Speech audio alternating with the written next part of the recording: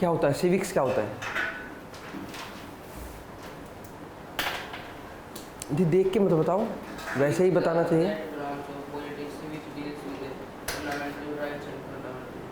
हाँ ठीक है, फिर देख क्यों रहे थे? बैठिए। गवर्नमेंट क्या होता है? What is government?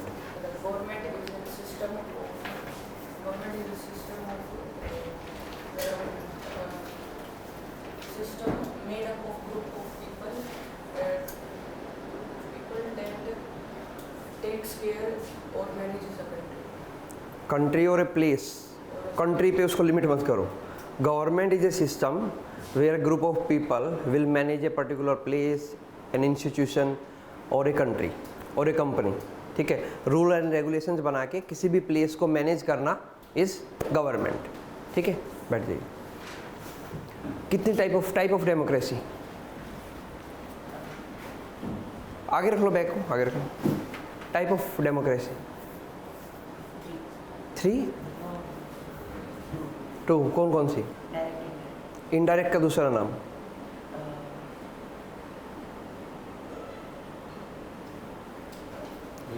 बैठ जाइए।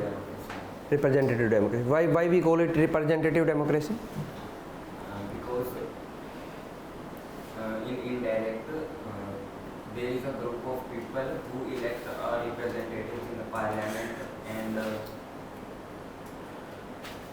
नहीं, सिंपल बोलो representative democracy because some representatives are there those will take decision on our behalf. Some representatives are there, as the name suggests, representative democracy means somebody is going to represent you. So in representative democracy, some representatives are there which are going to represent us in law making process.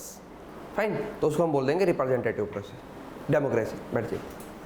और क्या क्या पढ़ा था हम लोगों ने? What is politics? Politics is the activities which occur on the ground level. For Election, for the management of a country. country, for the governance or for the to make government. Fine, sit down. What is political science?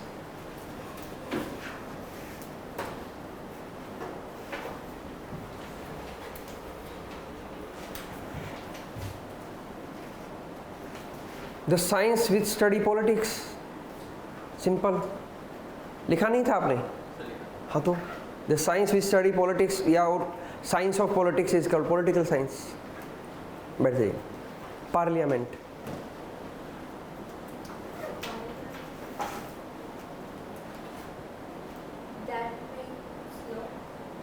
नहीं parliament क्या है? What is parliament? हमने लिखा था किन 3 चीज़ों से मिलके पार्लियामेंट बना है? नहीं टीयर 1 आप तो गवर्नेंस बता रहे हैं। Parliament Lok Sabha plus Rajya Sabha plus president of India. Parliament is Lok Sabha यानी लोअर हाउस, जिसको हम हाउस ऑफ पीपल भी बोल देते हैं। लोकसभा को हम बोलते हैं लोअर हाउस और हाउस ऑफ पीपल। व्हाई? क्यों बोलते होंगे हाउस ऑफ पीपल? क्योंकि डायरेक्टली एमपी जो इलेक्ट किए जाते हैं वो लोअर हाउस में किए जाते हैं। जो हम लोग एमपी इलेक्ट करते हैं, मेंबर ऑफ पार्लियामेंट, लोकसभा के अंदर, उनका डायरेक्ट इलेक्शन होता है। ठीक है, तो इसलिए इसको पीपल्स हाउस भी बोल दिया जाता है या फिर लोअर हाउस भी बोल दिया जाता है।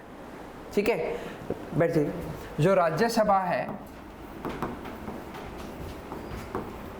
एज द नेम सजेस्ट, राज्यों की सभा, या इंडिया में जब जिनको हम स्टेट्स बोलते हैं तो वहाँ पे इनडायरेक्ट इलेक्शन होता है।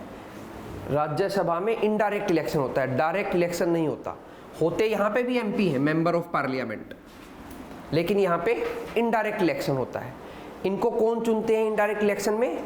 Member of state legislative assembly, जो हम एमएलए चुनते हैं, एमएलए बोलते हैं, वो चुनते हैं इनको, राज्यसभा के एमपीज को। इसको अपर हाउस भी बोला जाता है। कौन सा हाउस? अपर हाउस, इसको लोअर हाउस बोला जाता है, इसको हाउस ऑफ पीपल्स भी बोला जाता है। ठीक है, ब्रिटेन में इसी को हाउस ऑफ कॉमन्स बोलते हैं, ये भी हम पढ़ेंगे, हाउस ऑफ कॉमन बोलते हैं ब्रिटेन में इसको। ठीक है, क्योंकि ये सिस्टम हम लोगों ने कहाँ से लिया है, ब्रिटेन से लिया है। ये सारा पार्लियामेंट का जो सिस्टम हम लोगों ने लिया है, ये कहाँ से लिया है, ब्रिटेन से लिया है, क्योंकि ब्रिटेन हम लोगों पे रूल कर रहा था 1947 तक, तो most of our system was taken from Britain. तो ब्रिटेन में उसी को बोलते हैं, जो ये इसको बोलते हैं हाउस ऑफ कॉमन्स,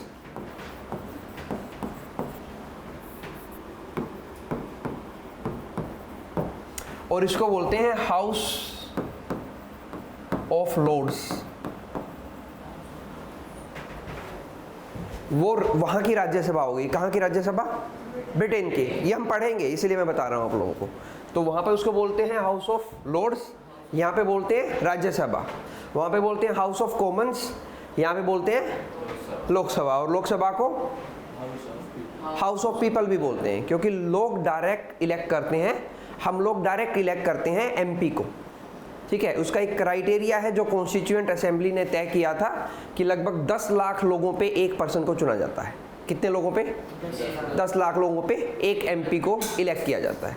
ठीक है, ऐसे ही सेम हम पढ़ेंगे अमेरिका का सिस्टम।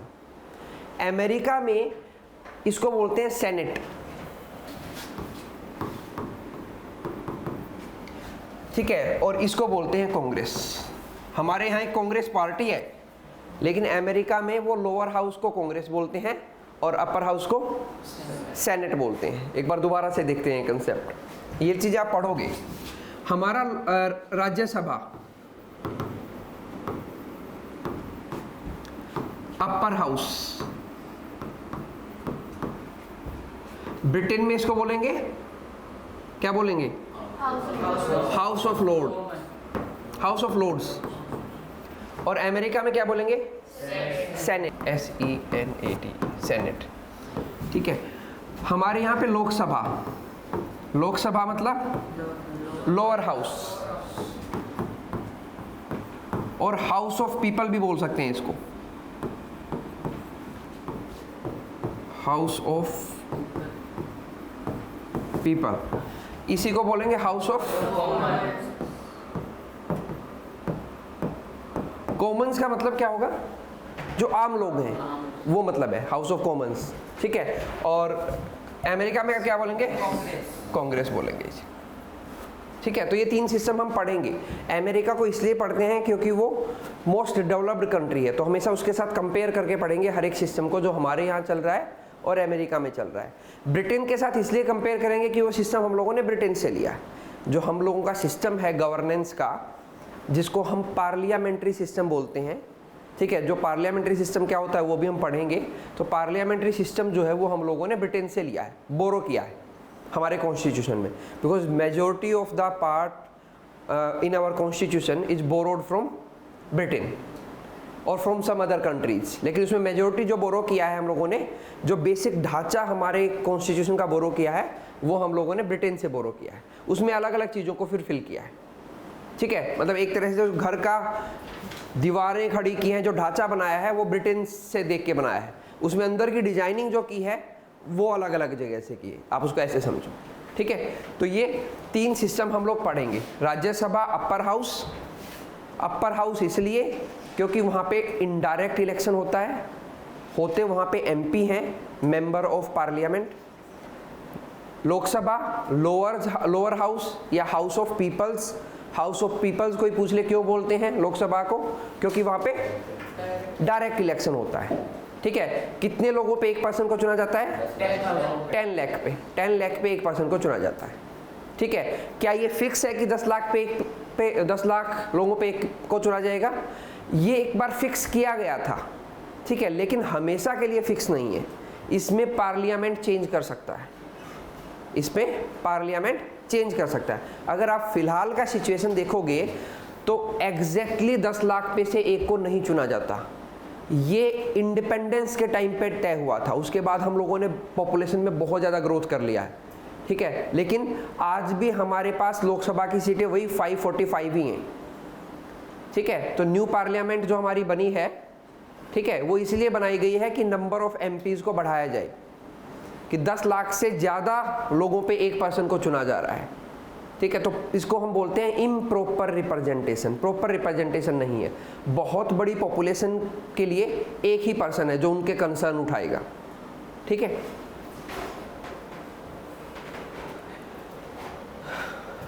सॉवरेनिटी क्या होता है? Self rule. सो का मतलब सेल्फ, रिन का मतलब रूल, सेल्फ रूल होता है। ठीक है, और स्टेट क्या होता है?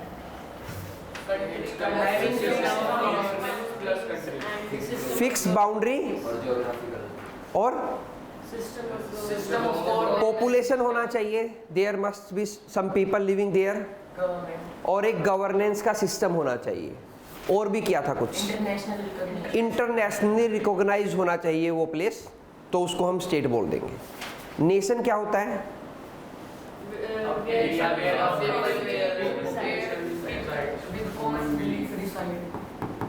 बिलीफ है नेशन एक। नेशन एक बिलीफ है, और मैंने बताया था नेशन की कोई बाउंड्री नहीं होती।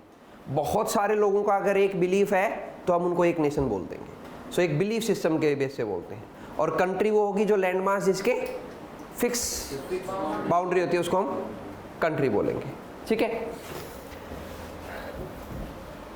हम टाइप ऑफ गवर्नमेंट पढ़ रहे थे, हम लोगों ने डेमोक्रेसी देख लिया था। ठीक है, नेक्स्ट टाइप ऑफ गवर्नमेंट देखते हैं स्ट्रेटोक्रेसी। सुना है पहले कभी स्ट्रेटोक्रेसी क्या होता है? पिक्चर देख के रिकॉग्नाइज कर सकते हैं क्या होना चाहिए? देखो, क्रेसी तो रूल हो गया। क्रेसी तो क्या है? रूल। ये मैंने कल बताया था आप लोगों को। Cracy meaning rule. ठीक है, स्ट्रेटो जहां पे मिलिट्री का रूल हो, रूल बाय मिलिट्री। तो लिखो stratocracy means rule by military. Stratocracy means rule by military. तो कुछ ऐसी कंट्री ध्यान में आ रही है जहां पे मिलिट्री का रूल हो सकता है? पाकिस्तान इनडायरेक्टली वहां पे मिलिट्री रूल करता है। और कोई कंट्री? हमारी एक नेबरिंग कंट्री और भी, वैसे तो अफ्रीका की बहुत सारी कंट्रीज हैं। नहीं, अफगानिस्तान में तो बोल सकते हो, लेकिन प्रॉपरली मिलिट्री रूल नहीं है वहाँ पे। वहाँ पे एक आइडियोलॉजी है जो वो रूल कर रही है। ठीक है, आइडियोलॉजी क्या होता है मैंने बताया था आप लोगों को। आइडियोलॉजी आइडिया से आई है। आइडियोलॉजी मतलब आपका आइडिया क्या है, आपकी थॉट क्या है। उसी को फिलोसफी भी बोलते हैं, मैंने बताया था। Philosophy, ideology both are the same thing. ठीक है, तो हम फिलोसफी एज ए सब्जेक्ट भी पढ़ते हैं। जब मैंने बताया था आप लोगों को, तो वो इसलिए पढ़ते हैं कि कुछ पर्सन ऐसे थे जिनकी आइडियोलॉजी ने पूरे वर्ल्ड को इम्पैक्ट किया है, तो इसलिए हम उनकी स्पेसिफिक थॉट्स को पढ़ते हैं, तो वो उस सब्जेक्ट को फिलोसफी पढ़ते हैं। ठीक है, ऐसे ही आज एक दो फिलोसफर को हम देखेंगे भी जो पॉलिटिकल साइंस में है। So rule by military, example लिख लो, पाकिस्तान और म्यांमार में भी है।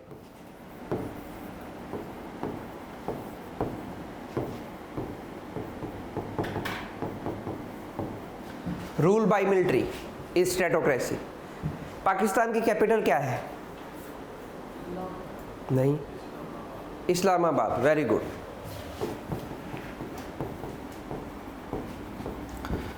तो म्यांमार की भी बता दो।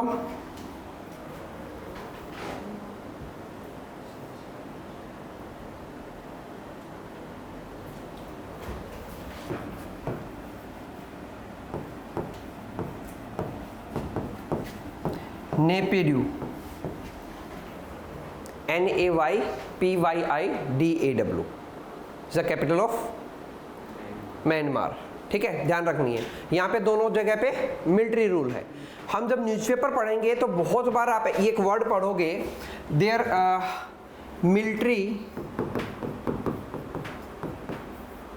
कू, दिस इज कू। ये पढ़ा कू जाएगा, कूप नहीं पढ़ा जाएगा, कू, मिलिट्री कू। ठीक है, सो मिलिट्री कू आप बहुत बार पढ़ोगे कि अफ्रीकन किसी कंट्री में there was an attempt of military coup. ठीक है, या किसी भी पर्टिकुलर कंट्री में if there is an attempt of military coup, that means जो एक लिजिटिमेट गवर्नमेंट थी उस कंट्री में, उसको मिलिट्री फोर्सफुली ओवरटेक करने की कोशिश करता है। मिलिट्री कू का मतलब क्या है? जो इनकम्बेंट गवर्नमेंट है इनकम्बेंट, इनकम्बेंट का मतलब होता है प्रेजेंट, जो अभी फिलहाल है। जैसे अगर मैं बात करूं को इनकम्बेंट गवर्नमेंट इंडिया में कौन सी है, तो एनडीए गवर्नमेंट है। इनकम्बेंट का मतलब प्रेजेंट में जो चीज़ है, ठीक है, या ऑन गोइंग जो है वो होता है इनकम्बेंट। तो वर्ड मीनिंग भी ध्यान रखना, इनकम्बेंट, ठीक है, बहुत बार नीचे ऊपर में हम ये पढ़ेंगे incumbent government is doing this, incumbent government is doing that. तो इनकम्बेंट का मतलब है ऑन गोइंग या जो करंटली है, प्रेजेंटली है। तो कई बार क्या होगा, आपको मिलेगा कि there is an try of military coup. Military coup का मतलब होगा that military will try to take over an incumbent government forcefully. Military will try to take over an incumbent government forcefully. तो फोर्सफुली अगर military किसी incumbent government को take over करने की कोशिश करती है, वो कर सकती है। रीजन बीइंग, क्योंकि गवर्नमेंट को प्रोटेक्शन कौन देता है, मिलिट्री देता है। अगर वो ही उसको ओवरटेक करने की कोशिश करेगा तो वो कर सकता है, तो वो स्ट्रेटोक्रेसी हो गया, ठीक है। जैसे कई कंट्रीज ऐसी हैं जहाँ पे जो मिलिट्री है वो कंट्री की मिलिट्री नहीं होती। जैसे हमारे यहाँ पे इंडिया में क्या है, Indian army, Indian air force, Indian navy. लेकिन चाइना में जो आर्मी है वो चाइनीज आर्मी नहीं है, वो जो वहाँ की पार्टी है, एक पर्टिकुलर पार्टी, ठीक है, उसकी आर्मी है, ठीक है। जो कम्युनिस्ट पार्टी है चाइना की, चाइना में एक पार्टी है, जैसे इंडिया में पार्टी है पॉलिटिकल पार्टी, चाइना में एक ऐसी ही पॉलिटिकल पार्टी है कम्युनिस्ट पार्टी। कम्युनिस्ट का मतलब हम समझेंगे आज कि कम्युनिस्ट वर्ड कहाँ से आया है। तो वहाँ पे कम्युनिस्ट पार्टी है चाइना में,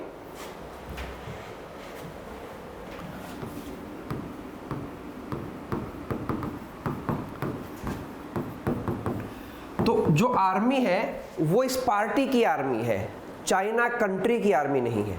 तो वो कंट्री के लिए लॉयल नहीं है, वो किसके लिए लॉयल है, पार्टी के लिए लॉयल है। तो ऐसा हो सकता है कि पार्टी चेंज हो तो वो आर्मी फोर्सफुली कोशिश करे कि जो एग्जिस्टिंग पार्टी आएगी या नई पार्टी आएगी उसको टेक ओवर करे, ठीक है। तो इसी चीज को बोलते हैं मिलिट्री कू, ठीक है, कू बोलेंगे, COUP साइलेंट है, कू, मिलिट्री कू, ठीक है। सो मिलिट्री कू वर्ड हमें कई बार मिलेगा, तो मिलिट्री कू को हम समझेंगे ये इट इज रिलेटेड टू स्ट्रेटोक्रेसी की रूल बाय द मिलिट्री। अभी फिलहाल हमारे नेबर में है पाकिस्तान में, कहने को वहाँ पे भी डेमोक्रेसी है, ठीक है, लेकिन बैक एंड पे सब कुछ आर्मी कंट्रोल करता है कि कौन नया प्राइम मिनिस्टर बनेगा, इलेक्शंस कैसे होंगे, अनफेयर इलेक्शंस होते हैं, कौन वोट करेगा कौन नहीं करेगा, सो सारा कंट्रोल आर्मी का होता है, ठीक है। तो उसको हम बोलते हैं स्ट्रेटोक्रेसी।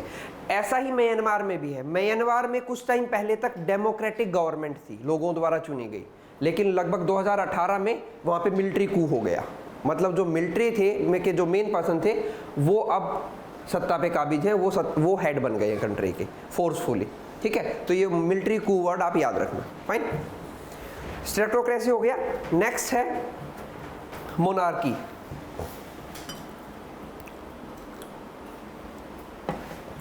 क्या होता है मोनार्की?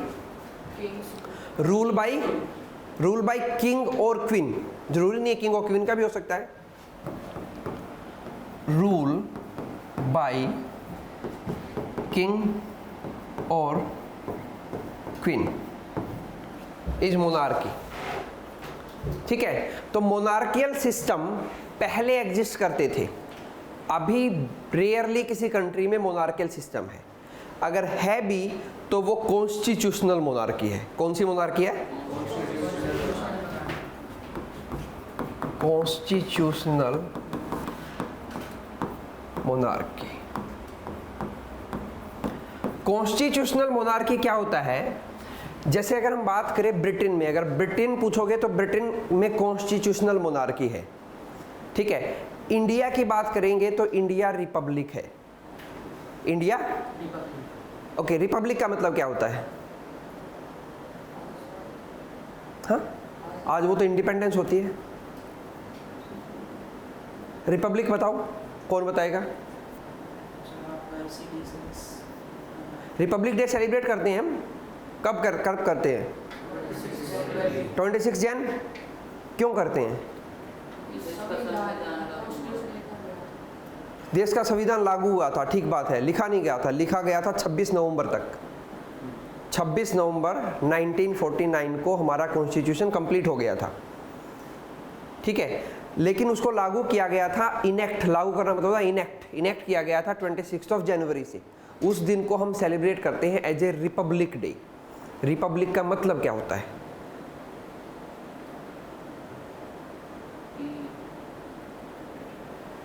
देखो, अभी मैंने कहा कि ब्रिटेन में कॉन्स्टिट्यूशनल मोनार्की है, मतलब ब्रिटेन में क्या सिस्टम चलता है कि ऊपर क्वीन या किंग होगा, उसके नीचे पार्लियामेंट काम करेगी, ठीक है, और एक प्राइम मिनिस्टर होगा। ये सिस्टम है ब्रिटेन में। ये चीज अभी भी चल रही है वहां पे, किंग और क्वीन अभी भी होते हैं। लेकिन जो ये किंग और क्वीन हैं, ये अपनी कोई बात फोर्सफुली नहीं मनवा सकते जैसे पहले किंग और क्वीन होते थे। ये किंग और क्वीन भी कॉन्स्टिट्यूशन को फॉलो करते हैं कि कॉन्स्टिट्यूशन में क्या लिखा गया है कंट्री के, उसको फॉलो करते हैं, ठीक है। तो उसको बोलते हैं कॉन्स्टिट्यूशनल मोनार्की, कि जहां पे किंग और क्वीन तो हैं head of the country, head of country है किंग और क्वीन, बट दे फॉलो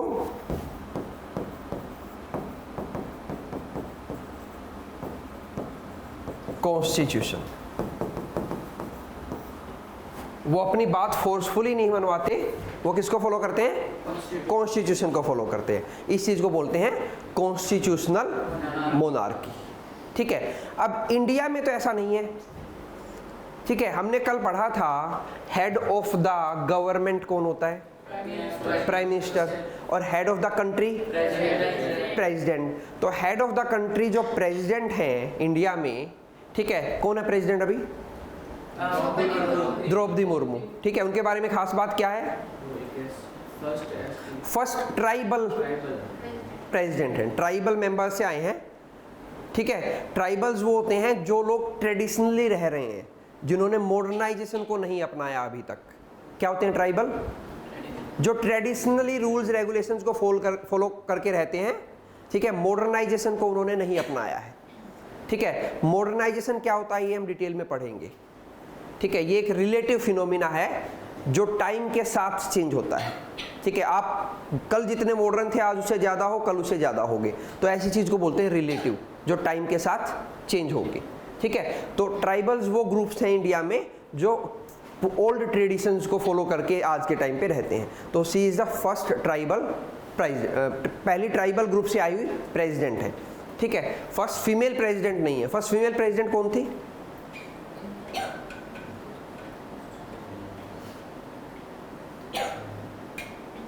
ये चीजें आप लिख भी लो साथ साथ में। Draupadi Murmu, first tribal women who become the prime minister of India, sorry president of India. क्योंकि जो हम पेपर देने जाएंगे ना एंट्रेंस एग्जाम का, वहां यही चीजें पूछेंगे वो आप लोगों से। और पहली female president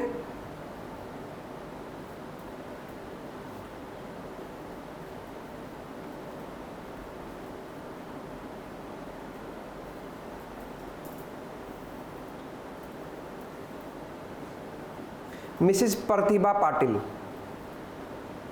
Mrs Pratibha Patil, she was the first female president of India, ठीक है। और फर्स्ट फीमेल प्राइम मिनिस्टर कौन थी? मिस इंदिरा गांधी, ठीक है। फर्स्ट फीमेल गवर्नर कौन थी?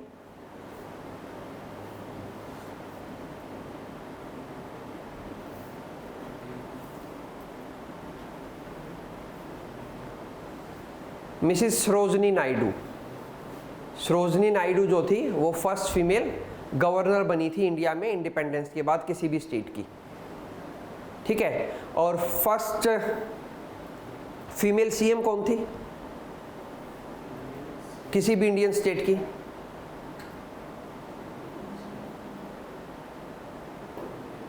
मिसिज सुचिता कृपलानी,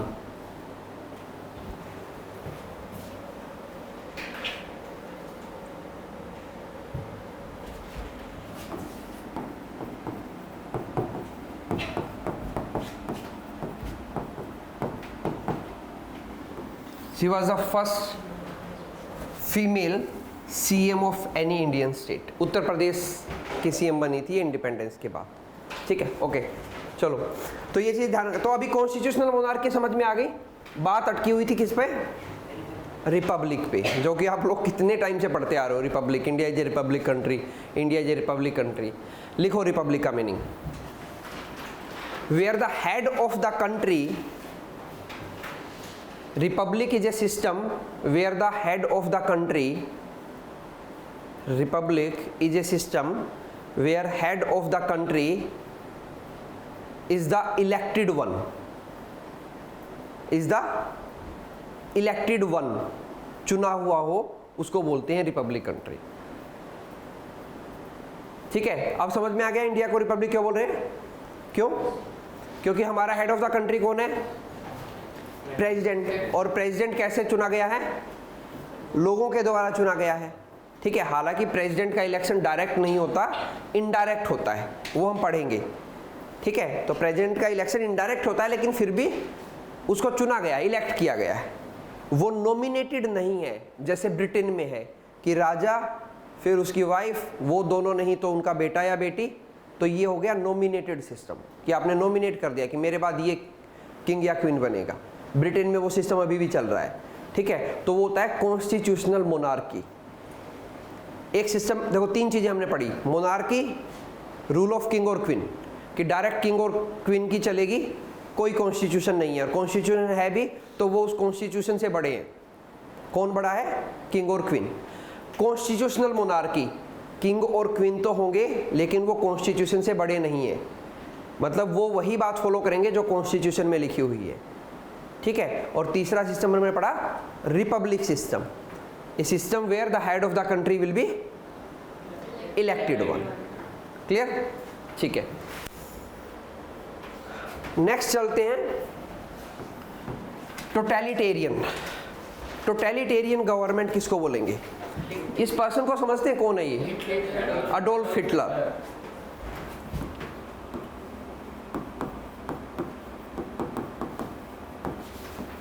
ठीक है, इनकी पार्टी का नाम था नाजी पार्टी। ये जो चीज़ें मैं आप लोगों को एक्स्ट्रा बता रहा हूँ, ये एग्जाम पॉइंट ऑफ व्यू से इंपॉर्टेंट है। एग्जाम मतलब एंट्रेंस एग्जाम जो हम देंगे, अलग अलग कॉम्पिटिटिव एग्जाम्स देंगे। ठीक है, इनकी पार्टी का नाम था नाजी पार्टी। कहाँ पे रूल करते थे ये? जर्मनी में। ठीक है, अडोल्फ हिटलर। सो टोटलिटेरियन क्या होना चाहिए? Kind of dictatorship. डिक्टेटरशिप और टोटलिटेरियन में थोड़ा सा फर्क है। टोटलिटेरियन का मतलब होता है वन पार्टी रूल, एक ही पार्टी का रूल चल रहा है, टोटलिटेरियन। एग्जाम्पल अभी मैंने थोड़ी देर पहले बताया था, चाइना कम्युनिस्ट पार्टी, लिख लो example, China Communist Party. North Korea dictatorship है, उस पे आते हैं। वह पार्टी नहीं है, वह पर्सन है, यहाँ पार्टी है। ठीक है, क्योंकि यहाँ पे पर्सन चेंज हो रहा है, प्रेसिडेंट चेंज हो रहा है चाइना में। तो ये कह रहे हैं एक कंट्री है नॉर्थ कोरिया, किम उन जोंग, वहाँ के प्रेसिडेंट है, वो परमानेंट है, जब तक वो जिंदा हैं तब तक वो प्रेसिडेंट रहेंगे। लेकिन जो चाइना के प्रेसिडेंट है शी जिनपिंग, जो फिलहाल प्रेसिडेंट है, ठीक है, उनसे पहले वाले प्रेसिडेंट अलग थे, उनसे पहले वाले अलग थे, उनसे पहले वाले अलग थे, और ये एक दूसरे से रिलेटेड भी नहीं है फैमिली में। चाइना में एक पार्टी का रूल है, वो पार्टी तय करती है कौन प्रेसिडेंट बनेगा, फिर वो पार्टी दूसरे को प्रेसिडेंट बना देती है। तो रूल किसका है? पार्टी का। लेकिन नॉर्थ कोरिया में फैमिली का रूल है। ठीक है, तो ब्लड डिसेंट में फादर, फिर उसका बेटा, फिर उसका बेटा, तो वहाँ पे एक पर्सन का रूल है। वो ये जो बोल रहे थे वो होगा डिक्टेटरशिप। ठीक है, क्या बोलेंगे उसको? डिक्टेटरशिप। और डिक्टेटरशिप का दूसरा नाम होता है ऑटोक्रेसी। इसमें लिखो डिक्टेटरशिप और ऑटोक्रेसी का मतलब है रूल बाय वन पर्सन और one family. Rule by one person और वन फैमिली। ठीक है, एग्जाम्पल लिख लेना नॉर्थ कोरिया।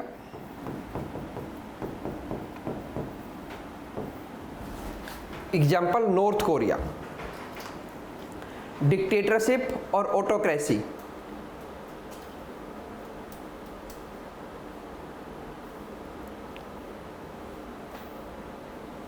फर्क समझ में आ गया? टोटलिटेरियन एक पार्टी का रूल होगा, एग्जाम्पल देके समझाओगे चाइना हो गया, ठीक है।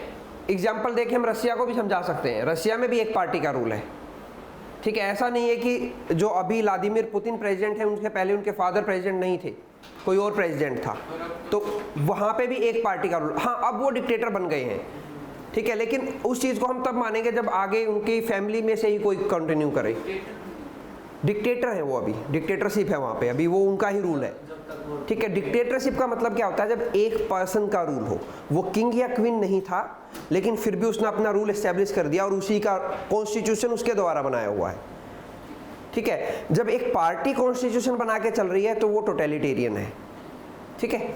सो चाइना टोटलिटेरियन हो गया, ठीक है। हालांकि बोलते तो ये भी है कि शी जिनपिंग जो है वो भी डिक्टेटर है, ठीक है। तो ऐसा पॉसिबल है कि टोटलिटेरियन गवर्नमेंट में कोई पर्सन इतना स्ट्रोंग हो जाए कि वो डिक्टेटर बन सकता है, तो ये पॉसिबिलिटी हमेशा रहेगी, ठीक है। तो हमें डिफरेंस समझ में आना चाहिए, being a science of student of political science, कि टोटलिटेरियन क्या होता है और डिक्टेटरशिप या ऑटोक्रेसी क्या होती है, रूल बाय वन पर्सन। तो कोई पूछे कि क्या टोटलिटेरियन डिक्टेटरशिप में कन्वर्ट हो सकती है? बिल्कुल हो सकती है। क्या ऑटोक्रेसी टोटलिटेरियन में कन्वर्ट हो सकता है? बिल्कुल हो सकता है, ठीक है। Oligarchy,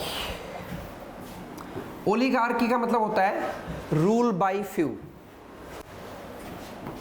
rule by few. कुछ ही लोगों का रूल चले किसी कंट्री में, उसको बोलते हैं ओलिगार्की। तो क्या हम ऐसा बोल सकते हैं क्या कि oligarchy is a type of totalitarian और डिक्टेटरशिप गवर्नमेंट? ऐसा बोल सकते हैं? हाँ, बोल सकते हैं। डिक्टेटरशिप में भी तो ये है कि एक पर्सन का रूल है और टोटलिटेरियन में कुछ पर्सन्स का रूल है पार्टी में, ठीक है। तो oligarchy is a type of totalitarian और डिक्टेटरशिप जहाँ पे कुछ ही लोगों का रूल होता है। जैसे नॉर्मली कहने को तो इंडिया में भी बोल देते हैं कि आज के टाइम पे दो ही लोगों का रूल चलता है इंडिया में, ठीक है, नरेंद्र मोदी और अमित शाह, कि ये दो चाह रहे हैं वही चीज़ें हो रही हैं। तो उसी सिस्टम को बोलते हैं ओलिगार्की, जहाँ पे कुछ लोग इतने पावरफुल हो जाएं गवर्नमेंट में, सिर्फ उनका ही रूल चले हर चीज़ में, तो उसको बोलते हैं ओलिगार्की, रूल ऑफ फ्यू, ठीक है। थियोक्रेसी, थियो मतलब गॉड, क्रेसी मतलब रूल। तो अब ये क्या पॉसिबल है कि गॉड का रूल हो? पॉसिबल है? मतलब गॉड का रूल तो नहीं हो सकता, लेकिन उसके रिप्रेजेंटेटिव रूल कर सकते हैं। कुछ लोग ये बताएं that we are the representative sent by the God, ठीक है। तो ऐसा ही सिस्टम चलता है कुछ कंट्रीज में, जैसे वर्ल्ड की स्मॉलेस्ट कंट्री है वेटिकन सिटी, वहाँ पे थियोक्रेसी है, मतलब वहाँ पे जो पोप है वो रूल करता है, उसके अकॉर्डिंग रूल रेगुलेशन चलती है, ठीक है। तो एग्जाम्पल लिख लेना, वेटिकन सिटी। वेटिकन सिटी ये स्मॉलेस्ट कंट्री है। सर दो कोप में कंफ्यूज, एक तो जो आपने मिलिट्री कोप बताया, military coup, not cope, military coup. Cope तो वो थी ना, वो कोप COP कह रहे हो आप, वो कोप है, और हमने बात की है मिलिट्री कू।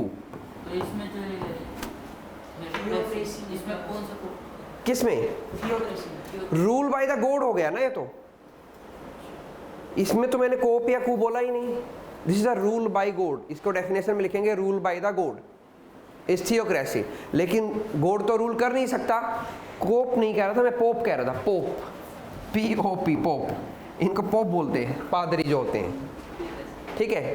तो पोप जो है वो रूल करते हैं, वो बताते हैं कि कैसे ट्रेडिशंस फॉलो होंगे, क्या होगा।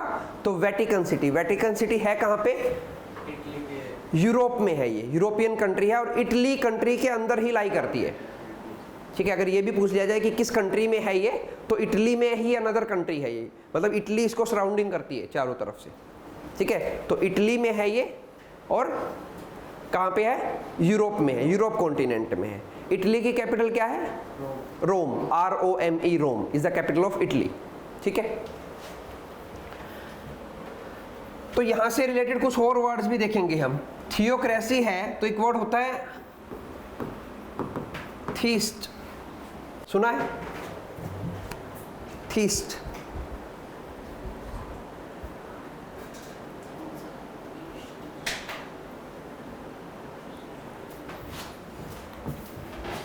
Atheist,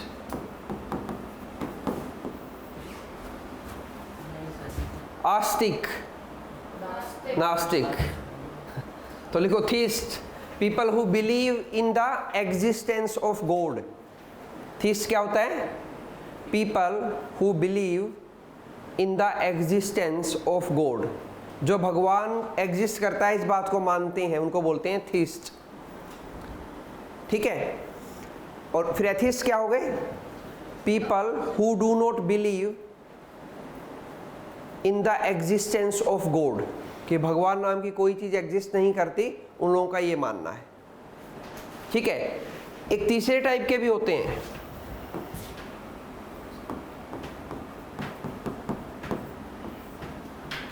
agnostic, and most of us fall in this category, क्योंकि हमें कई बार लगता है कि भगवान है, जब हम मुश्किल में होते हैं, जब नॉर्मल लाइफ होता है लगता है नहीं है, या हमारी बात फुलफिल नहीं होता हमें लगता है नहीं है। सो क्या बोलेंगे? Agnostic, people who are doubtful about the existence of God. People who are नहीं होंगे, कभी लगता है होंगे, कभी लगता है नहीं होंगे। People who are doubtful about the existence of God, उसको बोलते हैं एग्नोस्टिक। ठीक है, तो एग्नोस्टिक सिंपल डाउटफुल भी बोल सकते हैं। ठीक है, तो एग्नोस्टिक को जनरली हम किसी वर्ड में भी यूज कर सकते हैं कि I am slightly agnostic about your idea, whether it will work और इट विल नॉट वर्क। ठीक है, तो ऐसा कोई बोल रहा है तो मतलब वो डाउटफुल के सेंस में उसको यूज कर रहा है। ठीक है, इसी से रिलेटेड होता है पॉलीथीस्ट, मतलब वी इंडियंस आर पॉलीथीस्ट, हम बहुत सारे भगवान में बिलीव रखते हैं, और कई तो ऐसे पसंद होते हैं कई रिलीजन्स में भी बिलीव रखते हैं। ठीक है, और एक होता है, फिर इसका उल्टा हो जाएगा, monotheist, who believe in multiple gods, who believe in only in one god. जो एक भगवान में बिलीव रखते हैं मोनोथीस्ट, मल्टीपल में रखते हैं पॉलीथीस्ट। क्या हुआ? ठीक है, तो ये इंग्लिश की टर्मिनोलॉजी की तरह भी याद रखनी है आपको, ये theist, atheist, agnostic, पॉलीथीस्ट, monotheist.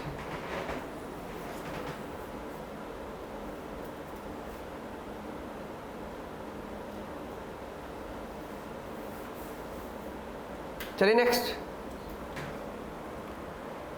Aristocracy. लिखो गवर्नमेंट बाय द नोबेल या रूल। अरिस्टो का मतलब होता है नोबेल।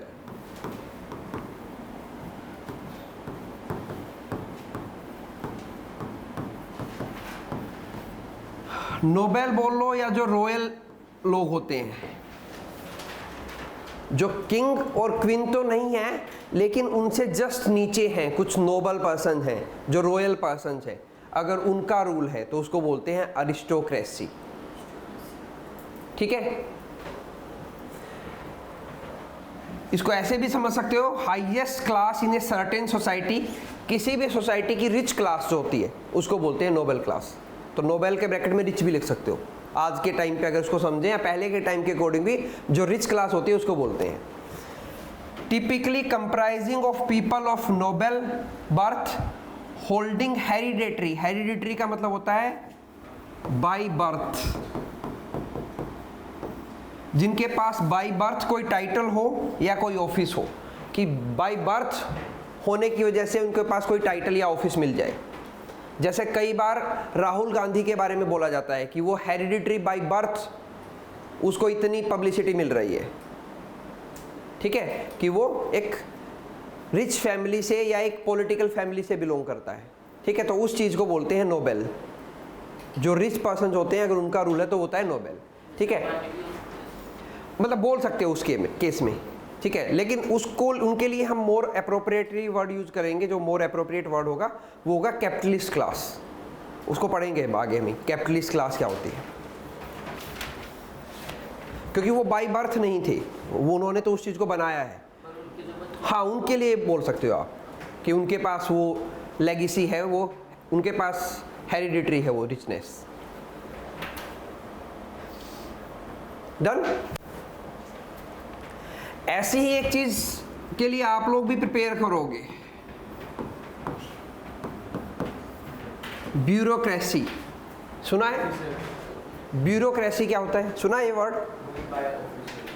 ब्यूरो होता है ऐसे टेबल, क्रेसी मतलब रूल। तो जो टेबल पे बैठ के रूल करता है वो होता है ब्यूरोक्रेट।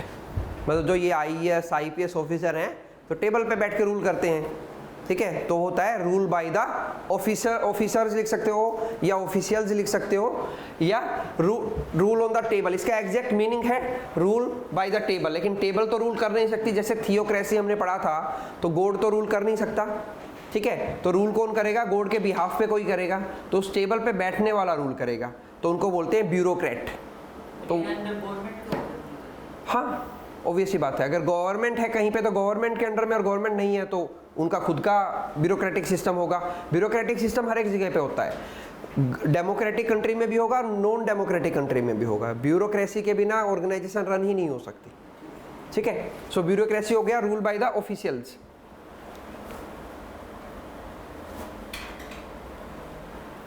नेक्स्ट है kleptocracy, rule by thieves. Rule by thieves, चोरों का रूल। ये वर्ड तो आप लोगों ने बहुत कॉमन सुना होगा कि गवर्नमेंट में बैठे लोग चोर हैं। चोर मतलब कि वो लोग पब्लिक रिसोर्सेज को ओवर यूटिलाइज कर रहे हैं अपने बेनिफिट के लिए। पब्लिक रिसोर्सेज का मतलब है कंट्री के जो रिसोर्सेज हैं, ठीक है, कि अपने रिलेटिव को कोई टेंडर दे दिया, ठीक है, ये चीज कि पब्लिक रिसोर्सेज का ओवर यूटिलाइजेशन, एक्सप्लॉइटेशन बोलते हैं उसको। तो ऐसा कोई गवर्नमेंट में है या कहीं पे ऐसी गवर्नमेंट है तो उसको बोलते हैं क्लिप्टोक्रेसी। अब आप कहोगे ऐसी गवर्नमेंट तो हर जगह पे है, तो हर जगह गवर्नमेंट ऐसी होती हैं, तो वो क्लिप्टोक्रेसी है, मतलब वो करप्ट गवर्नमेंट बोल सकते हो आप उसको एक तरह से, ठीक है। तो डायरेक्ट थीव्स तो हो नहीं सकते, लेकिन वो थीव्स इनको इसलिए बोलते हैं क्योंकि वो पब्लिक रिसोर्सेज को अपने पर्सनल बेनिफिट के लिए यूटिलाइज करते हैं, ठीक है। तो एक गवर्नमेंट और state in which those in the power, power की जगह पे अप्रोप्रिएट वर्ड बोलेंगे अथॉरिटी, जो अथॉरिटी में है, exploit national resources and steal, rule by thief और थीव्स, ठीक है। एक्सप्लॉइट करना होता है over utilization of resources.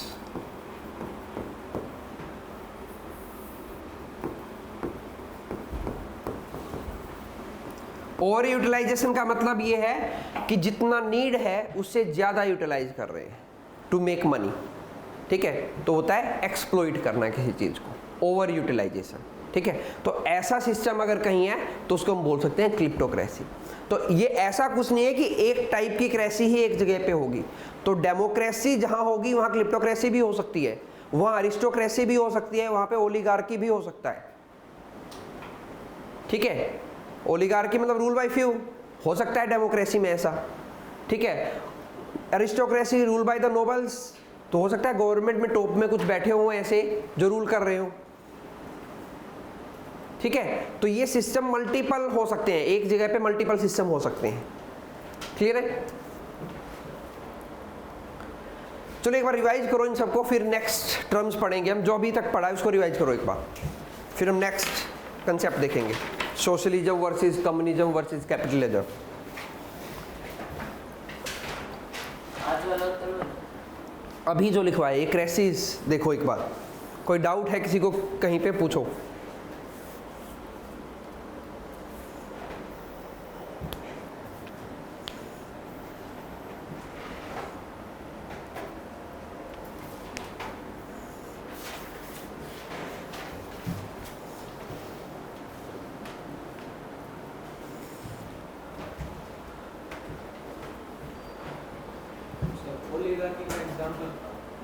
Rule by few बताया था मैंने, जैसे इंडिया में बोला जाता है कि भाई नरेंद्र मोदी और अमित शाह की सरकार चल रही है तो वो ओलिगार्की है।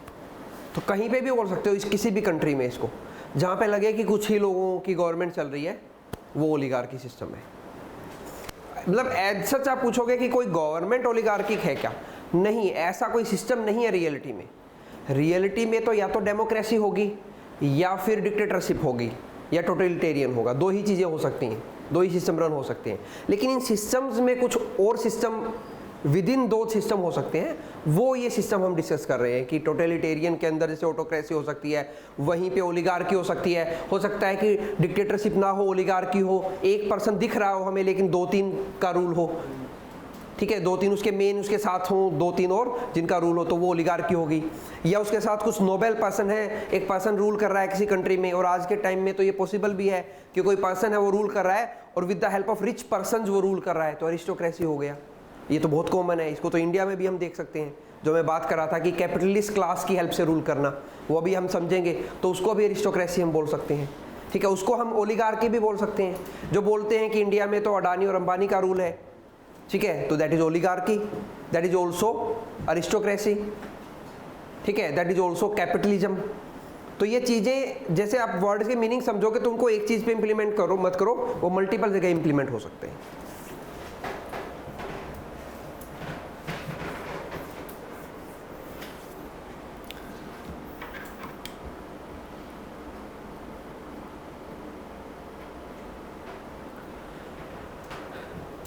जन तो नेक्स्ट हम 3 वर्ड पढ़ेंगे, socialism, communism and capitalism. Ism मैंने आप लोगों को कल बताया था क्या होता है, फिलोसफी होती है। तो मतलब ये भी एक फिलोसफी है, ये भी एक फिलोसफी है और ये भी एक फिलोसफी है। मतलब ये तीनों कभी किसी पर्सन ने सोचा होगा कुछ ऐसा होगा, ठीक है, उसकी फिलोसफी इंप्लीमेंट हो गई, ठीक है। सोशलिज्म एक ऐसा सिस्टम जहां पे government will work for the welfare of the people, उसको बोलते हैं सोशलिस्ट गवर्नमेंट। सोशलिज्म क्या हो गया, socialism is a philosophy where a government will work for the overall welfare of the people, ठीक है, लिख लो। इट इज ए फिलोसफी और आइडियोलॉजी भी बोल सकते हो। तो इन वर्ड्स को मैं इसलिए इंटरचेंजेबली यूज कर रहा हूँ कि आप लोग इनमें कंफ्यूज ना हो, कि इसको आइडियोलॉजी भी बोल सकते हो आप और इसको आप फिलोसफी भी बोल सकते हो, दोनों सेम ही चीज़ है। इट इज ए फिलोसफी और ideology where the government will work for the welfare of the people, ठीक है। और बेटर वे में समझते हैं, आप लोगों ने 9th और 10th क्लास में इकोनॉमिक्स पढ़ा था, तो वहां पे आप लोगों ने फैक्टर ऑफ प्रोडक्शन पढ़े थे, किसी को याद होंगे? फैक्टर ऑफ प्रोडक्शन, नहीं नहीं नहीं नहीं,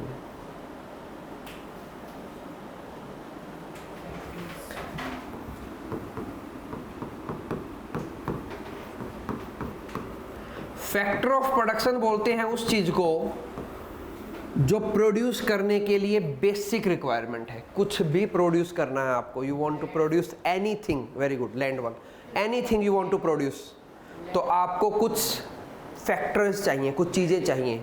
लैंड, लेबर, कैपिटल और 3 हो गई, लैंड, लेबर, कैपिटल, जो आप कह रहे हो रॉ मटेरियल, वो यहीं से तो आएगा, लैंड से, वाटर रिसोर्सेस, वो भी लैंड से आएंगे। एक और पढ़ा था, वो भी हम लोग यूज कर लेंगे, वो भी हम उसी से यूज कर लेंगे।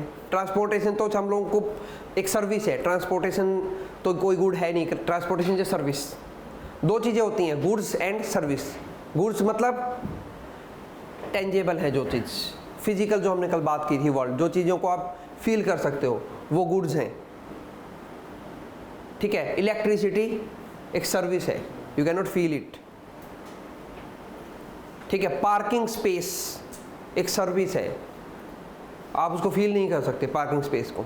होटल इंडस्ट्री सर्विस है, ठीक है। होटल को तो फील कर सकते हो, लेकिन जो इंडस्ट्री सर्विस दे रही है वो उसको आप फील नहीं कर सकते। तो होटल इंडस्ट्री, तो दो ही चीज़ें होती हैं, या तो गुड्स होते हैं या फिर सर्विस होते हैं। देखो लैंड है, लेबर, किसी भी चीज़ को बनाने के लिए जगह चाहिए, लैंड चाहिए, वहीं से रॉ मटेरियल मिल जाएगा हमें। उसके लिए लेबर चाहिए जो उस चीज़ को बनाएगी, उस चीज़ के लिए पैसा चाहिए, और उस चीज़ के लिए एक पर्सन का दिमाग भी चाहिए जो ये सारी चीज़ें करेगा, उसको हम बोलते हैं एंटरप्रेन्योर।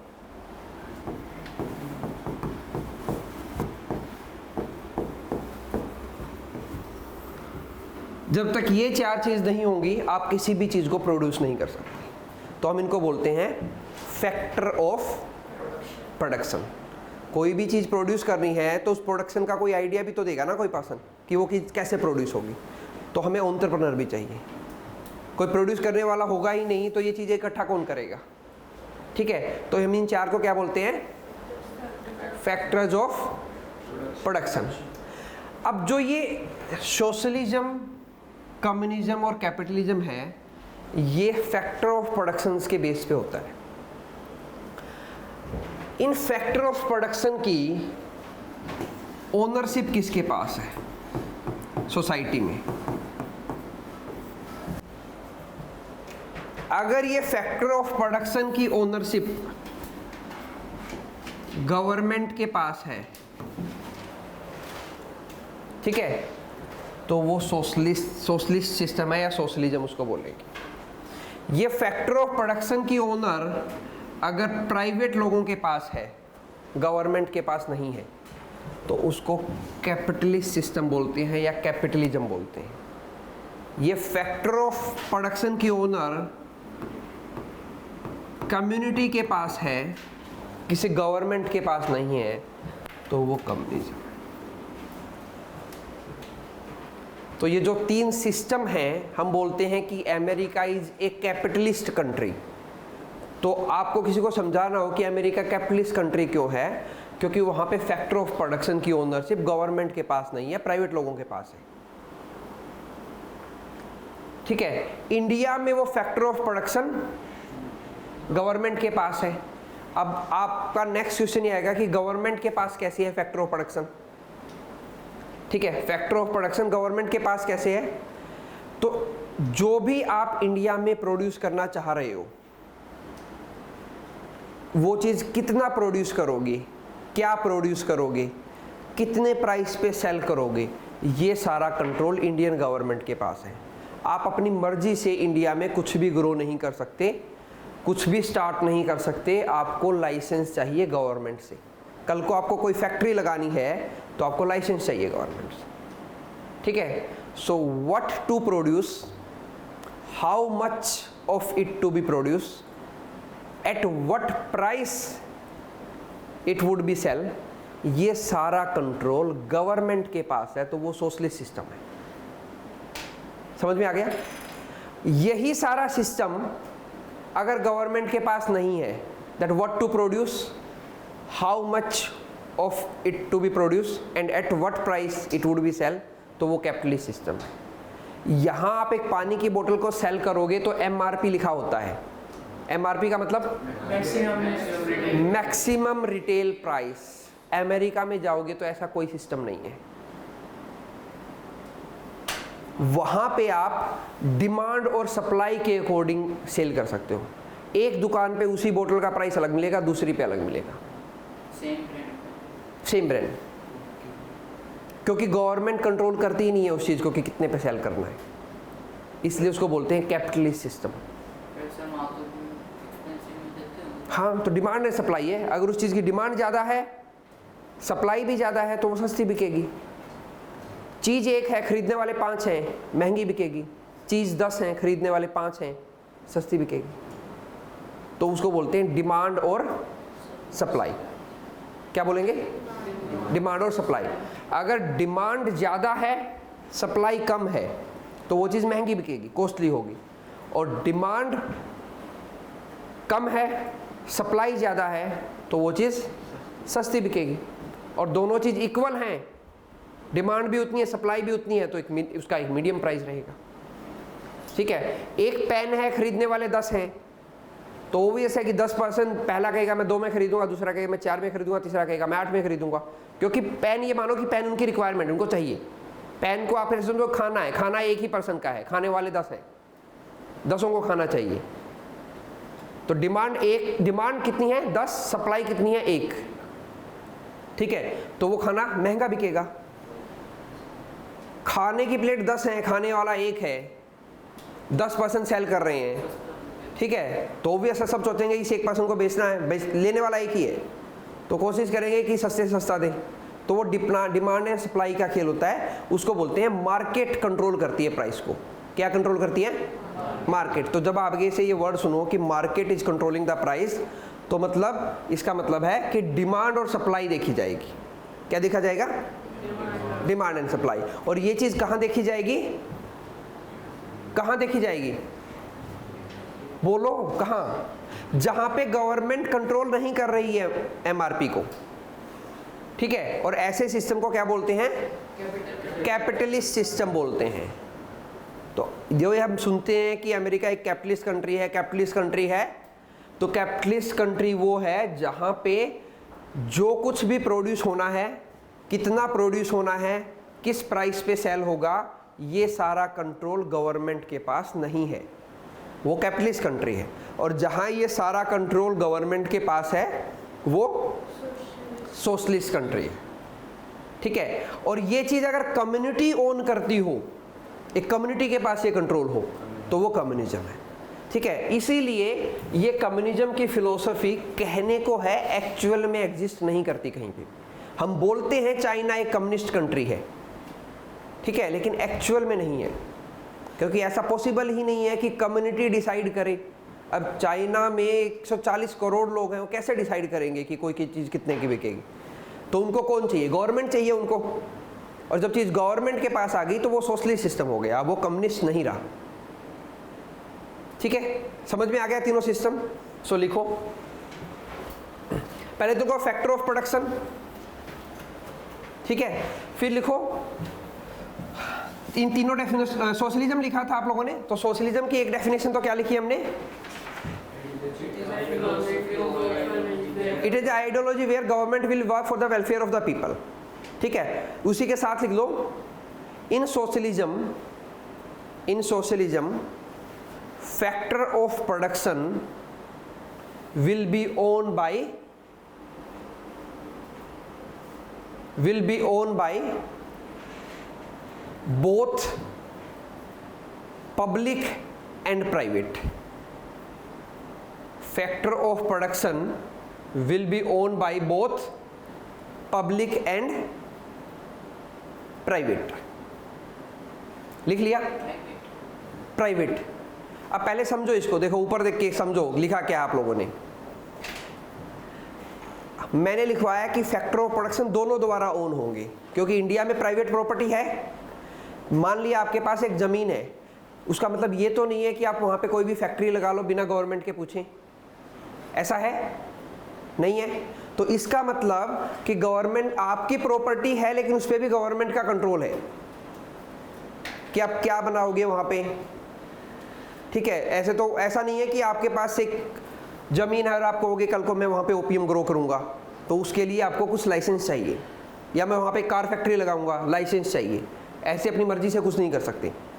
घर भी बनाते हो अपनी मर्जी से तो गवर्नमेंट का अप्रूवल चाहिए, आर्किटेक्ट डिजाइन चाहिए, समझ रहे हो? तो हर चीज़ में गवर्नमेंट इंटरफेयर करती है इंडिया में। तो वो एक कौन सा सिस्टम है? सोशलिस्ट सिस्टम है। सर अगर कोई प्राइवेट प्लेस में ग्रोसरी शॉप खोलना हो तभी government- हाँ, वो प्राइवेट जो स्पेस है, अगर वो एग्रीकल्चर लैंड है तो आप वहाँ ग्रोसरी शॉप खोल ही नहीं सकते, क्योंकि बहुत सारे रूल रेगुलेशन भी आप लोगों को पता नहीं है, वो धीरे धीरे पता लगेंगे। ठीक है, पहले उस एग्रीकल्चर लैंड को गवर्नमेंट से परमिशन लेके कमर्शियल में कन्वर्ट कराना पड़ता है। और सर ये जो स्टॉल लगाए रहते हैं इनके- वो देखो, बहुत सारी चीज़ें इंडिया में ऐसी हैं जो अनरेगुलेटेड चल रही हैं, उन पर रेगुलेशन नहीं करता गवर्नमेंट जानबूझ के। अगर गवर्नमेंट करने लगे तो वो इलीगल है सारा का सारा। ठीक है, तो इंडिया में अभी इसे सोशलिज्म के नीचे लिखो, जहां पे ये अभी लिखा है, in a socialist government, in a socialist government there would be control on each and everything, that is को ऐसे लिखना, that is लिख लेना, या फिर that there will be control on each and everything, that is what will be produced, comma, how much of it will be produced,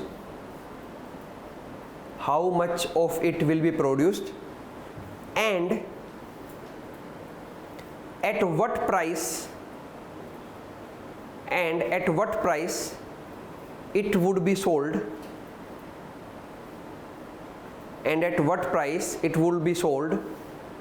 will be controlled by the government,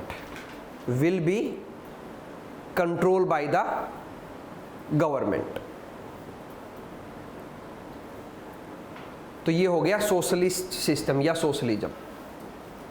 समझ में आ गया? मतलब factor of production government के control में होंगे, ownership दोनों की होगी फैक्टर ऑफ प्रोडक्शन में, गवर्नमेंट मतलब पब्लिक की ओनरशिप भी होगी और प्राइवेट ओनरशिप भी होगी। ठीक है, गवर्नमेंट ओनरशिप को पब्लिक ओनरशिप क्यों बोलते हैं? जैसे बैंक है तो पब्लिक बैंक क्यों बोलते हैं? क्योंकि सर वो हाँ, प्राइवेट भी पब्लिक के लिए ही बना है, प्राइवेट में भी तो पब्लिक जा रही है। प्राइवेट ही है कि किसी ने अपनी तरफ से खोल रखा है कोई बैंक। देखो, किसी भी ऑर्गेनाइजेशन की, कि कोई ऑर्गेनाइजेशन है उसमें 100% ओनरशिप होती है, एक कि 100% की एक ओनरशिप है। अगर वो ओनरशिप 50% से ज़्यादा, किसी भी ऑर्गेनाइजेशन में 50% से ज़्यादा ओनरशिप अगर गवर्नमेंट की है तो उसको हम बोलते हैं पब्लिक, कि वो ऑर्गेनाइजेशन पब्लिक है। किसी बैंक को पब्लिक इसलिए बोल रहे हैं कि उसमें 50% से ज़्यादा ओनरशिप किसकी है? गवर्नमेंट की है। प्राइवेट ओनरशिप भी हो सकती है उसमें, ऐसा ज़रूरी नहीं है कि गवर्नमेंट का ही ओन हो। ठीक है, और अगर गवर्नमेंट द्वारा ओन है 50% से ज़्यादा तो उसको हम बोलते हैं पब्लिक। ठीक है, नहीं है अगर 50% से कम ओन है गवर्नमेंट के द्वारा तो उसको हम बोलेंगे प्राइवेट।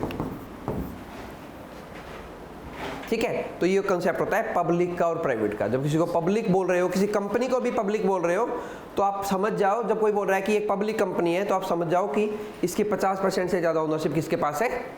गवर्नमेंट के पास है, इसलिए इसको पब्लिक कंपनी बोल रहे हैं। 50% से ज़्यादा कितना भी हो सकता है 100% भी हो, लेकिन 50 से ज़्यादा है। हो सकता है सिर्फ 50.1 ही हो, लेकिन 50 से ज़्यादा है तो उसको पब्लिक बोलेंगे। सर जैसे किसी गवर्नमेंट ने कुछ भी खोला तो गवर्नमेंट उसकी शेयर प्रोवाइड करती है किसी को? हाँ, करती है, ऑब्वियस है। शेयर मार्केट में वो चीज़ होती है, वो इकोनॉमिक्स में हम देखेंगे। बहुत सारी पब्लिक कंपनीज हैं जिनके आप शेयर बाई कर सकते हो, लेकिन 50% से ज़्यादा गवर्नमेंट अपने पास ही रखेगी, तो उसको हम बोलेंगे पब्लिक। 50% से ज़्यादा दे दिया तो प्राइवेट। ठीक है, इक्वल नहीं हो सकता। ओनरशिप इक्वल होगी तो फिर उसको सेमी गवर्नमेंट बोल देंगे हम। अगर ऐसा 50-50% वाला सिस्टम है तो सेमी गवर्नमेंट बोल देंगे। जनरली होता नहीं है वो कि भी 50% है गवर्नमेंट का, 50% प्राइवेट है, तो सेमी बोल देंगे। सेमी प्राइवेट है या सेमी गवर्नमेंट है। सेमी का मतलब होता है हाफ, SSR मॉडल स्कूल ले सकते हैं। वो गवर्नमेंट ओन है, वो गवर्नमेंट ही ऑर्गेनाइजेशन का, उसको एक ट्रस्ट चलाती है, ठीक है, लेकिन वो गवर्नमेंट की रूल रेगुलेशन के अंडर फंडिंग सारी गवर्नमेंट से ही आती है वहाँ। हर चीज़ पे होगा ना। प्राइवेट स्कूल का मतलब है कि ओनरशिप 50% से ज़्यादा किसी इंडिविजुअल की है या ग्रुप ऑफ इंडिविजुअल की। अगर पब्लिक स्कूल है तो 50% से ज़्यादा जो ओनरशिप है वो गवर्नमेंट की, ठीक है। अब लिखो कैपिटलिज्म, कैपिटलिज्म लिखो। इट इज ए फिलोसफी और ideology, it is a philosophy और ideology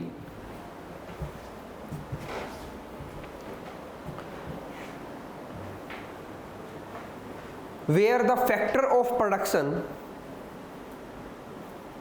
where the factor of production are owned by, where the factor of production are owned by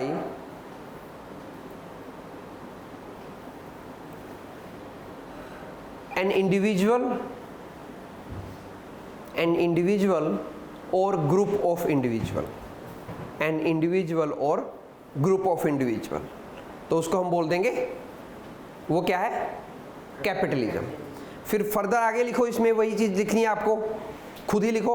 factor of production in capitalism, that is what will be produce, how much of it will be produced and at what price it would be sell, there would be no control of the government,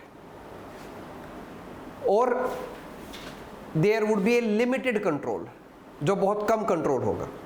ठीक है, आप लोगों ने लिखा है ना इससे पहले, तो उसी चीज़ को लिखना है कि जो क्या हम बना सकते हैं, कितना बनाएंगे और किस प्राइस पे सेल करेंगे, उस पे either government will have no control at all or will have very limited control. Government, what will be produced, how much of it will be produced, at what price it would be sold, government will have no control at all or will have a very limited control, तो उसको हम बोल देंगे capitalist system है।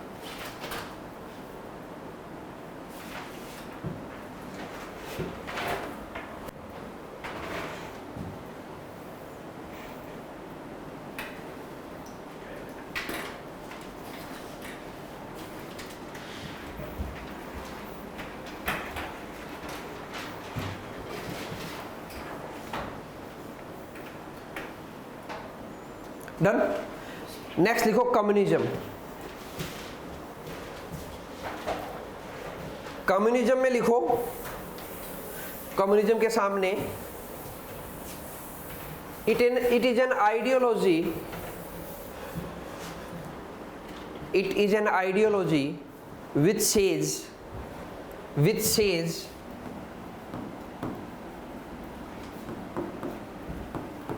there would be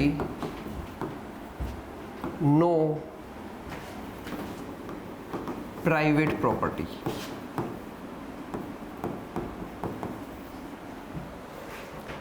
communism एक philosophy है जो बोलती है कि there would be no private property.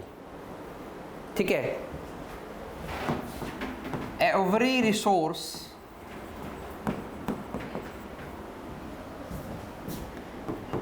in a country will be owned by all the people living in that country.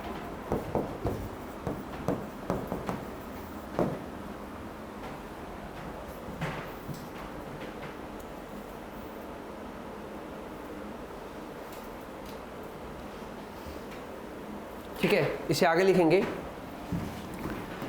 They all will contribute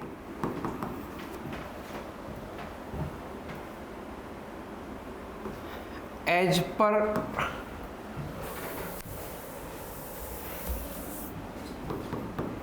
their skills in the overall production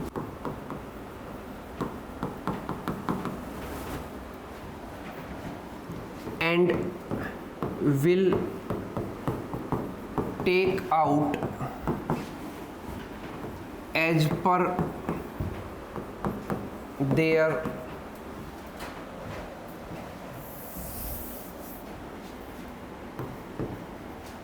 need, as per their basic need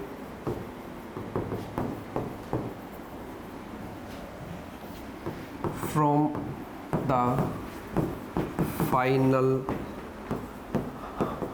output.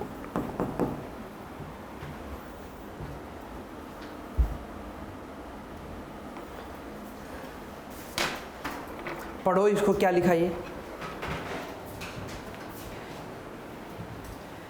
कि communism एक ऐसा system है, एक ऐसी ideology थी एक person की, उस पर्सन के बारे में अभी हम पढ़ेंगे, जिसने बोला कि प्राइवेट ओनरशिप होगी नहीं, आपका घर मेरा घर कुछ नहीं है, सबका घर है, सबकी ज़मीन है, ठीक है। जो भी प्रोड्यूस करेंगे सब मिलके प्रोड्यूस करेंगे।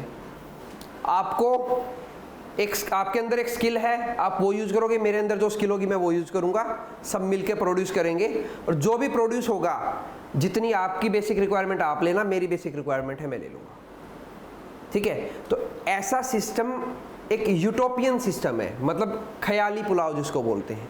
ऐसा पॉसिबल नहीं है कि सभी मिलके अपनी स्किल्स के अकॉर्डिंग कंट्रीब्यूट करें और जितना उनको अपनी बेसिक रिक्वायरमेंट है उतना ले लें, ठीक है। तो ये एक पर्सन की फिलॉसफी थी, उस पर्सन का नाम था कार्ल मार्क्स। इसको बोला जाता है फादर ऑफ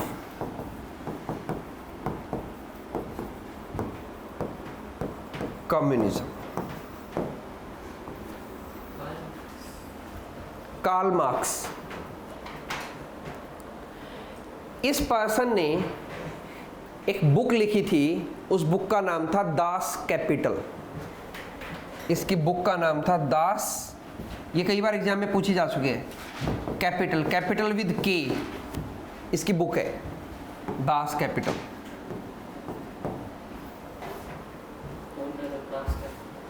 ठीक है, इसकी बुक का नाम क्या है? Das Kapital. इस बुक में इसने ऐसा कुछ लिखा कि ऐसा कुछ होना चाहिए सोसाइटी में कि जो भी कुछ है सब उसके ओनर हो, प्राइवेट प्रॉपर्टी हो ही ना, जिसकी जो स्किल है उस स्किल के अकॉर्डिंग वो प्रोड्यूस करे और अपनी रिक्वायरमेंट के हिसाब से उसको ले ले, ठीक है। इसकी इस बुक को एक पर्सन था चाइना में, उसने लाइब्रेरी में बैठ के पढ़ लिया। एक करीब 21-22 साल का एक नौजवान युवक था, उसने इस बुक को पढ़ा और वो इससे काफ़ी इम्प्रेस हुआ कि अच्छा ऐसा भी कुछ हो सकता है। और उस टाइम पे मोनार्की रूल होता था, ये हम पहले की बात कर रहे हैं, या तो किंग का रूल होता था या क्वीन का रूल होता था। तो उस पर्सन का नाम था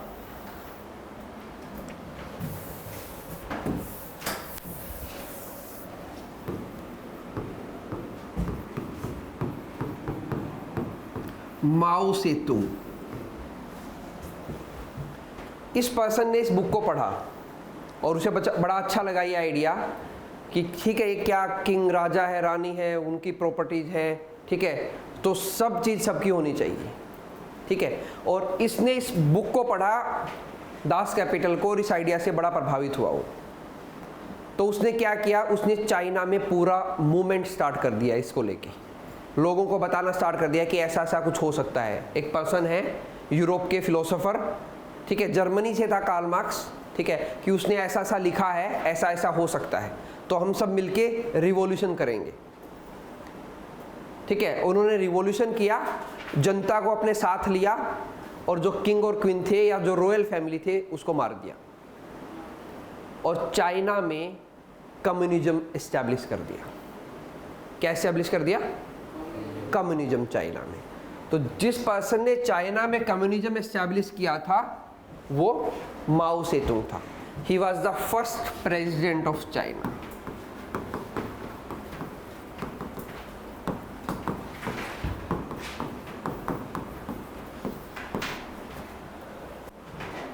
ठीक है, फिर जब ये चीज हो गई किंग और क्वीन की डेथ हो गई और अब बात ये आई कि उस फिलॉसफी को इम्प्लीमेंट किया जाए अब, कि अब कोई प्राइवेट प्रॉपर्टी नहीं है, सारी प्रॉपर्टी सबकी है, ठीक है, सब मिलके ग्रो करेंगे, जिसको जितना आता है उतना कंट्रीब्यूट करो और जिसको जितना चाहिए उतना ले लो उसमें से। तो ऐसा तो पॉसिबल ही नहीं था, क्योंकि कुछ लोगों की स्किल बहुत ज़्यादा थी तो वो बहुत ज़्यादा काम कर सकते थे, कुछ के पास स्किल ही नहीं थी तो वो काम ही नहीं करते थे, ठीक है। तो ये सिस्टम रियलिटी में ग्राउंड पे नहीं चल सकता था, तो उसने उसका सॉल्यूशन निकाला पार्टी की फॉर्म में, कम्युनिस्ट पार्टी ऑफ चाइना, कि हम एक पार्टी बनाते हैं, ठीक है, वो डिसाइड करेगी कि चीज़ें कैसे होंगी, क्योंकि ऐसे तो हो ही नहीं सकता। ये तो जो फिलोसफी पढ़ के रिवॉल्यूशन तो ले आए, रॉयल फैमिली को तो मार दिया, लेकिन ये चीज़ ग्राउंड पे फिजिबल नहीं है, ठीक है। तो इसी ने बनाई थी communist party of China.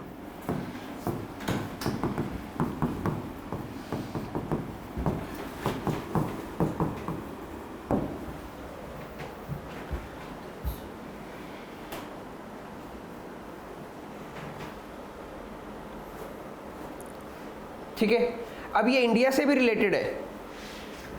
India से कैसे रिलेटेड है?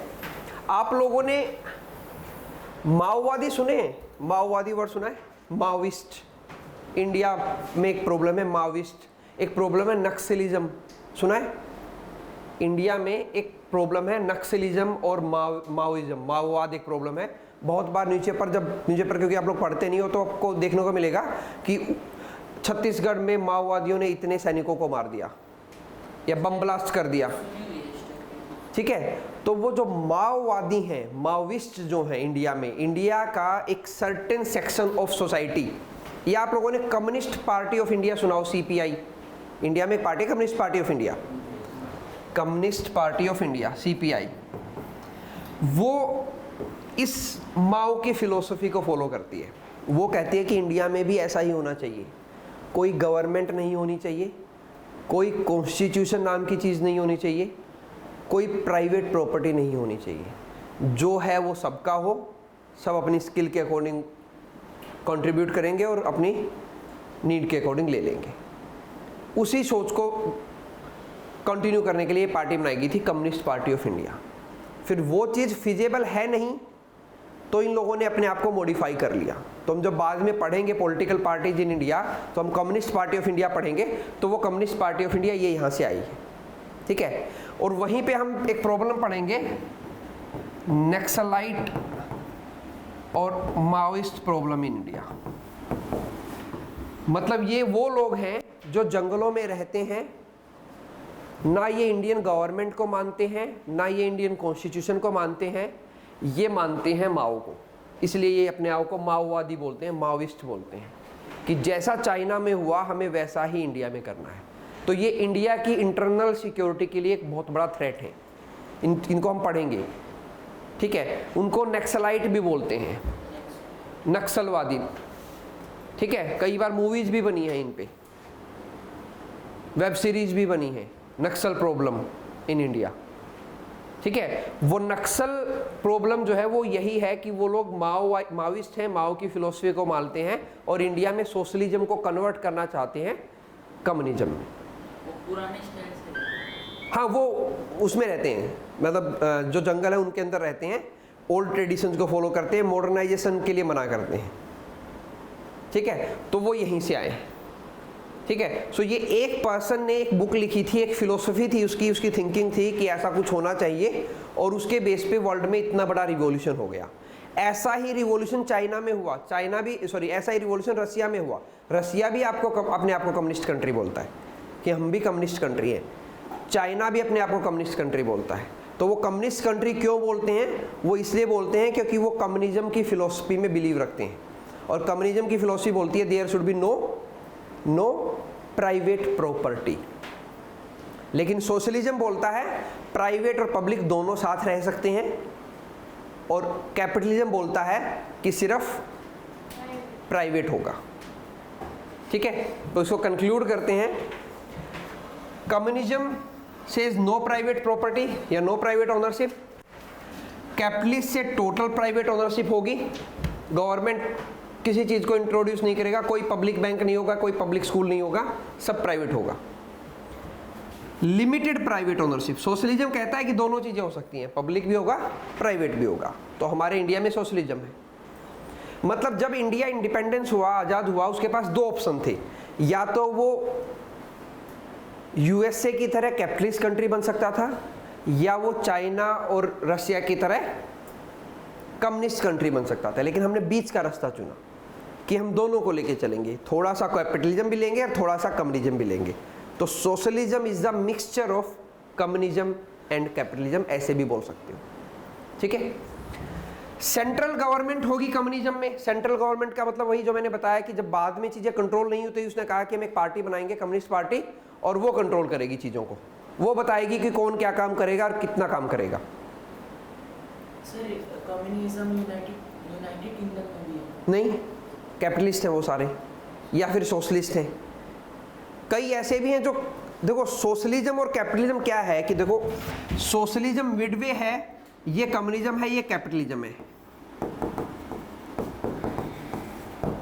और ये कम्युनिज्म है।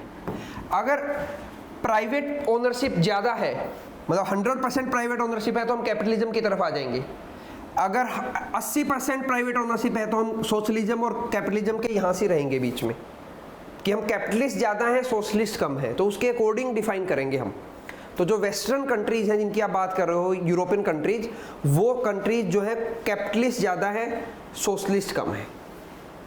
ठीक है। अगर वो ओनरशिप 50% से भी कम हो जाएगी, कि पब्लिक ओनरशिप ज़्यादा है, प्राइवेट कम है, तो हम कम्युनिज्म की तरफ मूव करते जाएंगे। तो ये 3 टाइमलाइन है एक तरह से, आप ऐसे जिनको वो कर सकते हो। कैपिटलिज्म इधर आएगा बिल्कुल, कम्युनिज्म उधर जाएगा, सोशलिज्म बीच में। तो हमने सोशलिज्म को अपनाया। तो लिमिटेड प्राइवेट ओनरशिप होगी, इंडिया में वही है। आप देखते हो प्राइवेट चीज़ें भी हैं और पब्लिक चीज़ें भी हैं। सेंट्रल गवर्नमेंट होगी, यहाँ पे मार्केट फोर्स होगा। कैपिटलिज्म में मार्केट फोर्स का मतलब है डिमांड एंड सप्लाई, जो मैंने समझाया था, वो डिसाइड करेंगे कि रेट क्या होगा। और यहाँ पे गवर्नमेंट डिसाइड करेगी, उसमें कुछ थोड़ा बहुत प्राइवेट का भी योगदान रहता है। गवर्नमेंट प्राइवेट्स की बात को मान लेता है, या कुछ चीज़ों पे गवर्नमेंट ने छूट दे रखी है कि प्राइवेट अपने आप उस चीज़ का प्राइस को तय कर सकते हैं। जैसे आप कोई भी चीज़ अगर आप कोई भी चीज़ बनाते हो, आज कल को उसको सेल करने जाते हो, तो उसका प्राइस आप डिसाइड कर सकते हो खुद। हाँ, लेकिन आपने उसको ओवर प्राइस कर दिया ना, और किसी ने कंप्लेन कर दी, फिर गवर्नमेंट रेगुलेट कर लेगी आपको। ठीक है। तो इस चीज़ को बोलते हैं गवर्नमेंट एंड प्राइवेट एंटिटी दोनों एग्जिस्ट करती हैं। No class distinction. कम्युनिज्म का बोलना था कोई क्लास ही नहीं होगी। मतलब क्लास का मतलब है कोई अमीर नहीं, कोई गरीब नहीं, क्लास रिच पुअर क्लास, कोई क्लास नहीं, क्योंकि किसी की ओनरशिप है ही नहीं, सब एक जैसे हैं। क्लास डिस्टिंक्शन होगा कैपिटलिज्म में, तो रिच पर्सन होंगे, पुअर होंगे। ठीक है। लिमिटेड क्लास डिस्टिंक्शन होगा, मतलब यहाँ भी होगा, इंडिया में भी जैसे रिच क्लास है, पुअर है, लेकिन उतने रिच और उतने पुअर नहीं है जितने आपको कैपिटलिज्म में मिल जाएंगे। प्रॉफिट फॉर बेसिक नीड, मैंने बताया था कि बेसिक नीड चाहिए, जितना प्रोडक्शन होगा वो बेसिक नीड के हिसाब से होगा। यहाँ पे प्रोडक्शन प्रॉफिट के लिए होगा, कहाँ पे? कैपिटलिज्म में। और यहाँ पे प्रोडक्शन सोसाइटल नीड के अकॉर्डिंग होगा, कि सोसाइटी की रिक्वायरमेंट क्या है, उसके अकॉर्डिंग प्रोडक्शन होगा। ठीक है। Father of socialism and communism same है, Karl Marx, and father of capitalism है एडम स्मिथ।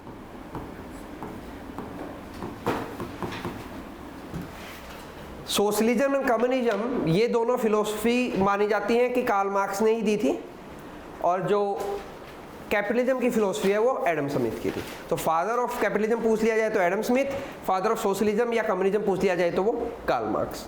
कैसे था उसकी कुछ और भी स्टोरी है, वो हम फिर नेक्स्ट क्लास में डिस्कस करेंगे। ये चीज़ें आप लिख लेना। ठीक है। ये चीज़ें आप लिख लो कि कैपिटलिज्म में क्या, कम्युनिज्म में क्या होता है, कैपिटलिज्म में क्या होता है, सोशलिज्म में क्या होता है।